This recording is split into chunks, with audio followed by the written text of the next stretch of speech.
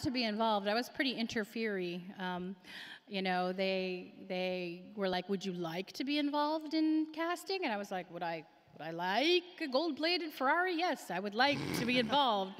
I would like to be involved with everything." So there really was almost nothing where I didn't bug Harold about the costumes or the sets or the casting or the story at one level or another. And I mean, it was a very sort of group process because he was sort of introducing me to how you make a movie, and I was talking to him about, you know, the stories and where they went in the future and how things in this movie would affect the story down the road, and it was very collaborative.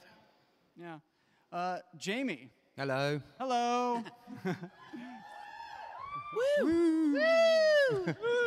Woohoo! You are an arrogant bastard, sir. When I Thank say you very you much. are an arrogant Thank bastard, you so much. I'm talking about your character. Oh, right. I see. And you, of course. Okay. No, your character. Jace is pretty arrogant in the books. He's a guy that has a definite attitude. He's walking around with a tude. He's throwing a little tude off over at Clary. I mean, how much of that's going to translate on screen, what we've seen from him in the books? Yeah, I played him as a sassy bitch. I really did. No, I mean, I think in the books, you know, obviously you have the availability to explore a character over, you know, hundreds of pages. You know, with the movie, we have to condense that. And what stuck out for me about Jace was this vulnerability that he has, and I've said this a lot, but it's true, so I'll say it again. So he has this vulnerability about him, and that's why he sort of puts on this facade of this cockiness or this self-awareness, this self-assuredness, and he lets that down. He lets his guard down with Lily, I mean, with Clary. Jesus. With Clary, and so, you know, for him, that's his bag, and I made him really grumpy quite a lot of the time, but he needed to be grumpy in order for you to feel for him later on in the story. Robert, you have some experience in sort of supernatural projects. You're no stranger. This guy knows immortality. I might take my shirt off. I might just take my shirt off.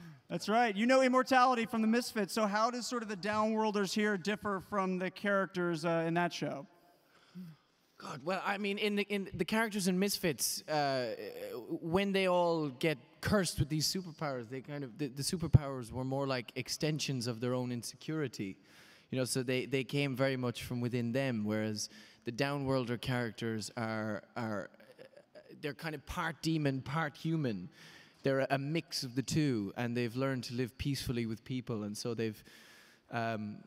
So yeah, so the superpowers and the demonic aspects of the characters in Mortal Instruments differ greatly. Yeah. Kevin. Uh-huh. We learn a lot about your character, Alec, throughout the books. A lot of stuff happens with him. A lot of good stuff, some not so good stuff. How much did you peek ahead and sort of see what happens later? And if you did peek ahead, because you're a big cheater, how did you either include... Don't tell my wife. They're allowed to read ahead, you know. Yeah, you're allowed to read it. But how much do you sort of include or exclude that stuff, that what you know, when playing him for this movie, from this book?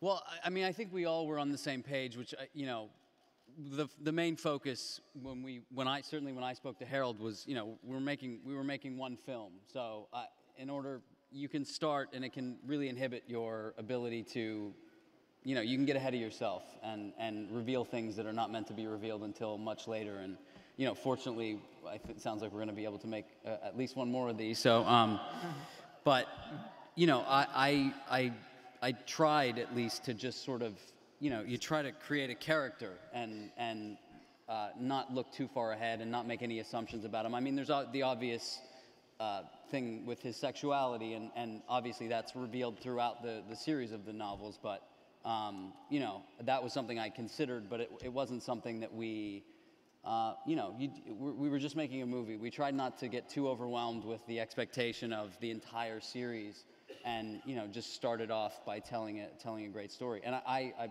loved the character of Alec from the time I read the script. I really felt an affinity towards him, and it was, especially for a film of this sort of magnitude, I was super impressed that that Cassie was able to write a character that had all this stuff going on, and that he's still, you know, he's still kind of a badass.